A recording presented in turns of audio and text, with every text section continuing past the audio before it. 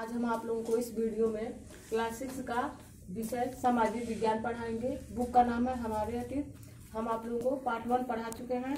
उस चैप्टर में हम लोग ये जानने का प्रयास किए थे कि हम लोग अतीत के लोगों के बारे में क्या जान सकते हैं, उनके बारे में कैसे जान सकते हैं और हम किस तरह तिथियों का निर्धारण करते हैं।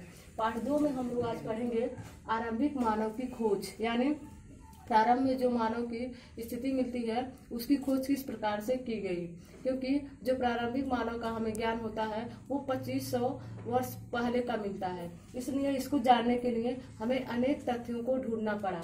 इस टॉपिक का जो इस पार्ट का जो पहला टॉपिक है वो है आरंभिक मानव आखिर वे इधर उधर क्यों घूमते थे, क्योंकि हमें उनके बारे में जानने के लिए अनेक साक्ष्य मिले हैं। तो पहला प्रश्न ये आया है कि जो प्रारंभ में मानव थे वो लोग आखिर वे इधर उधर क्यों घूमते थे।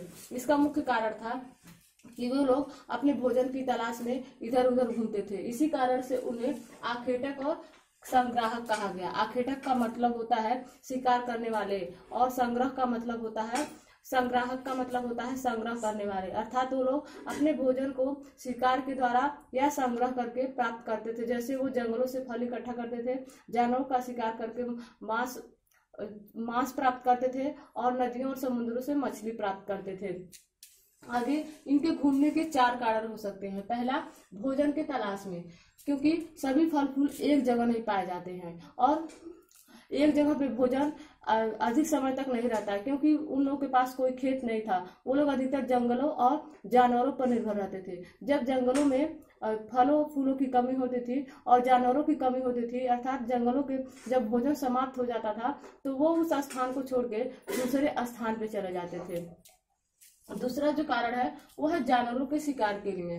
दूसरा कारण है जानवरों के शिकार के लिए, जैसे वो लोग कभी कभी जानवरों का शिकार करते करते उनके पीछे अधिक दूर तक निकल जाते थे। दूसरा कारण था उनकी जो भी उनके पालतू जानवर थे यानी मवेशियां थी, उनको कभी कभी चराते चराते या उनकी घास की व्यवस्था, उनके खाने पीने की व्यवस्था में भी वो लोग एक स्थान से दूसरे स्थान पे चले जाते थे। इसका तीसरा कारण जो है वो है अलग अलग फलों का अलग अलग मौसम में मिलने के कारण। मतलब जो भी फल आप लोग देखते हैं हमारे आसपास भी जो फल पाए जाते हैं वो अलग अलग मौसम में मिलते हैं। जैसे आम हमें किसी और मौसम में मिलेगा, सेब हमें किसी और मौसम में मिलता है, अंगूर किसी और मौसम में। तो जिस तरह से जंगलों में या उनके आसपास के क्षेत्रों में जो भी फल फूल पत्तियां पाए जाते थे वो अलग अलग मौसम में पाए जाते थे। जब एक स्थान के फल और फूल पत्तियां जो भी था वो एक समय में जब समाप्त हो जाता था तो वो लोग नए स्थान की खोज करते थे जहां उन्हें भोजन और फल मिल सके। इसलिए भी वो लोग इधर उधर घूमते रहते थे। चौथा कारण जो है वो है नदियों और झीलों के सूखने के कारण। पानी के तलाश में कभी कभी क्या होता है, हम लोग देखते हैं कि नदियों और झीलों के पानी सूख जाते हैं अधिक गर्मी के मौसम में। तो क्या होता है, जब लोग जिस स्थान पे रहते थे अगर उस स्थान पे नदियां और झीलें सूख जाती थी तो वो लोग पानी की तलाश में भी उस स्थान से दूसरे अपना निवास दूसरे स्थान पे कर लेते थे। ये 4 कारण मुख्य थे आखेटक और खाक संग्राहकों के इधर से उधर घूमने के। अगला हम लोग का जो टॉपिक है वो है आरंभिक मानव के बारे में जानकारी कैसे मिलती है। जैसे जो भी प्रारंभिक मानव थे उसके बारे में हमें जानकारी कैसे मिलती है। तो पिछले वीडियो में हम आप लोगों को पार्ट 1 में बताए थे कि जो भी प्रारंभिक मानव है उनके बारे में हमें जानकारी जो है वो पुरातात्विक साक्ष्यों से और इतिहासकारों के कुछ ब्यौरों से मिलती है। जैसे पुरातात्विक साक्ष्य में प्राचीन मानव के औजार, हथियार, जानवरों की हड्डियां आदि अवशेष के रूप में मिले हैं, जिससे हमें ये पता चलता है कि अलग अलग मानव अलग अलग स्थान पर निवास करते थे और अपने जरूरत के अलग अलग औजारों का निर्माण भी करते थे। अगला तीसरा टॉपिक है रहने की जगह निर्धारित करना। उन लोगों ने रहने की जगह निर्धारित करना कैसे सीखा, जब उनको ये लगा कि हमें एक जगह रह, क्योंकि किसी भी स्थान पे जब अधिक से अधिक जानवर पाए जाते थे या फल फूल या उनके देखते थे कि भोजन की व्यवस्था अच्छी है, पत्थर मिल रहा है औजार बनाने के लिए, तो वो लोग अपने औजार बनाने के लिए जहाँ पे उनके साधन निर्धारित थे वहां पे उन लोगों ने रहना सीख लिया। इसी कारण से हमें प्राचीन काल के अनेक पुरा स्थल मिले हैं, जैसे कुसगी, हल्लूर, भीमबेटका।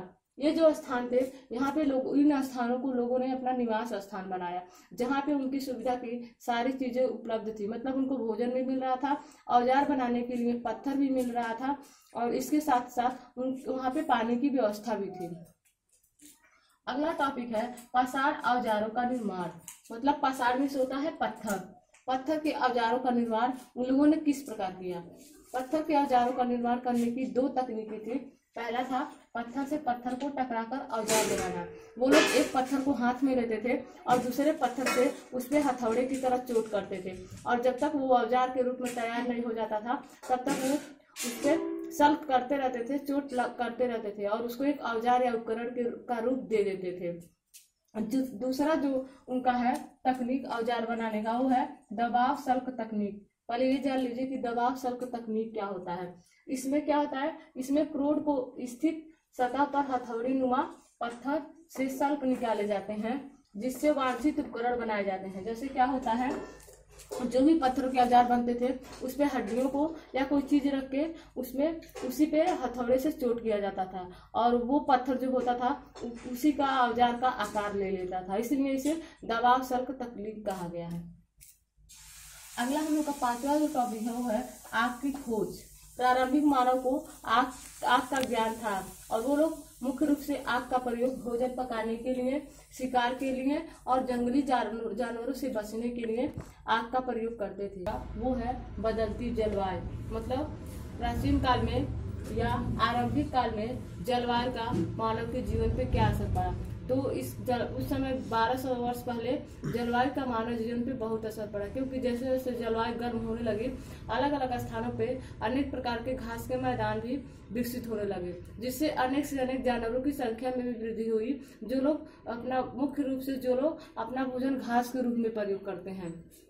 इसके अलावा लोगों ने जानवरों को पालना भी सीख लिया और गेहूं, जौ, धान जैसे अनाजों के बारे में भी जानना शुरू किया। लोग ये जानना शुरू किए कि इन अनाजों को कैसे उगाया जाता है, ये कब पककर तैयार होती है और इसको कैसे बोया जाता है। इस तरह से लोगों ने प्रारंभ में ही थोड़ी बहुत खेती करना सीख लिया था। इसके बाद हम लोग पढ़ेंगे इस टॉपिक के बाद शैल चित्रकला। उस समय पत्थरों पे चित्रकलाएं बनाई जाती थी, क्योंकि लोगों ने औजारों की खोज में पत्थरों के समीप जाना शुरू कर दिया था और गुफाओं में रहना शुरू कर दिया था। वो लोग जिस गुफा में रहते थे उसमें शैल चित्रकला बनाते थे। उदाहरण के रूप में भारत का मध्य प्रदेश और दक्षिणी उत्तर प्रदेश की जो गुफाएं हैं उसमें पत्थरों या शैलों पे बनाए हुए कुछ चित्र मिलते हैं, जिस पर जंगली जानवरों की बड़ी कुशलता से सजीव चित्रण किया गया है प्रारंभिक मानव के द्वारा। इसके बाद हम लोग अगला टॉपिक हम लोग का जो है वो है हुस्गी का सूक्ष्म निरीक्षण। हुस्गी जो है वो प्रारंभिक मानव के रहने का स्थान, एक स्थान का नाम है जो उस समय एक उद्योग स्थल था और वहां पे अनेक प्रकार के प्रारंभिक मानव के द्वारा बनाए गए औजार मिले हैं, जो खास करके चूनों के पत्थरों से बने हैं। अगला हम लोग का टॉपिक है कि कौन क्या करता था। मतलब क्या इस समय जो लोग, जैसे अधिकतर लोग अपने अपने कार्यों को अलग अलग तरीके से करते हैं और अलग अलग कार्य को करते हैं। जैसे स्त्री कुछ और काम, पुरुष कुछ और काम, कुछ कार्य ऐसे हैं जिसको स्त्री और पुरुष दोनों करते हैं। यही काम उस समय भी था। लोगों के मन में ये सवाल था कि क्या जानवरों को पकड़ने या शिकार करने का काम केवल पुरुष करते थे, फलों का संग्रह करने का काम केवल पुरुष करते थे, या महिलाएं भी ये काम करती थी। इसी तरह क्या खेती का काम केवल पुरुष करते थे कि महिलाएं भी उनकी सहायता करती थी। ये सारे प्रश्न आते हैं, लेकिन उस समय भी ऐसा ही रहा होगा। कुछ काम केवल स्त्री और केवल पुरुष करते होंगे, लेकिन कुछ कार्यों को महिलाएं और पुरुष मिलकर भी करते रहे होंगे। अगला हम लोग का जो टॉपिक है, उसके बाद हम लोग को इस चैप्टर में मिलेगा एक टॉपिक अन्यत्र। अन्यत्र में फ्रांस के प्रारंभिक जीवन के बारे में बताया गया है कि जिस समय जो आरंभिक काल माना जाता है हम लोग का 2500 ईसा पूर्व, उस समय फ्रांस का इतिहास जो अवशेष मिला है उसमें ये दिखाया गया है कि वहां पे लौह अयस्क और रंगों का खोज हो चुका था और लौह अयस्क और रंगों से निर्मित अनेक चित्र भी वहां मिले हैं। Thank you. मेरा वीडियो समाप्त।